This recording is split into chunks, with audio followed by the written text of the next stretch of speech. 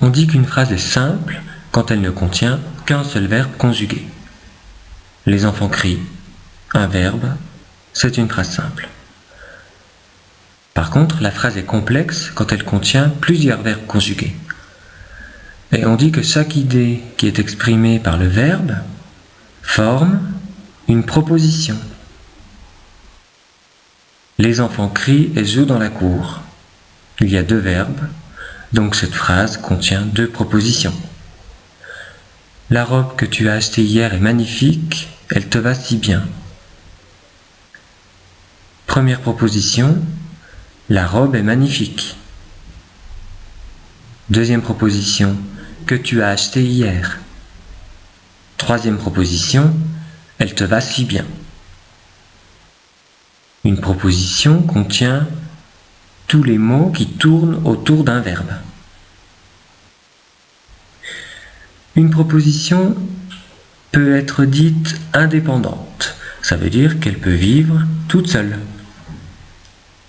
Il pleure, puis il rit, puis pleure à nouveau. Il y a trois verbes, donc trois propositions. Et ces trois propositions sont indépendantes. Il pleure, on la comprend, puis il rit, on comprend aussi cette proposition. Puis pleure à nouveau, le sujet il est sous-entendu, mais on comprend cette proposition. Sophie joue et Paul lit un livre. Deux verbes, donc deux propositions, et ces deux propositions sont indépendantes. Sophie joue, on comprend. Paul lit un livre, on comprend.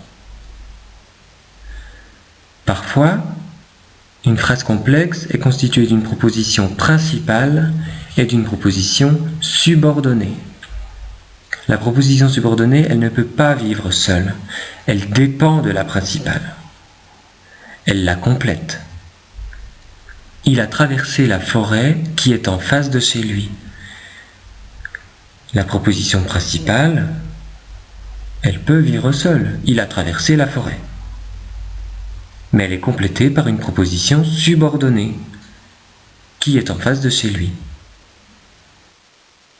La robe que tu as achetée hier est magnifique. La proposition principale, c'est la robe est magnifique. Mais elle est complétée par une subordonnée qu'on pourrait enlever, que tu as achetée hier. La proposition principale peut vivre seule, un petit peu comme une proposition indépendante, mais elle est forcément complétée par une proposition subordonnée.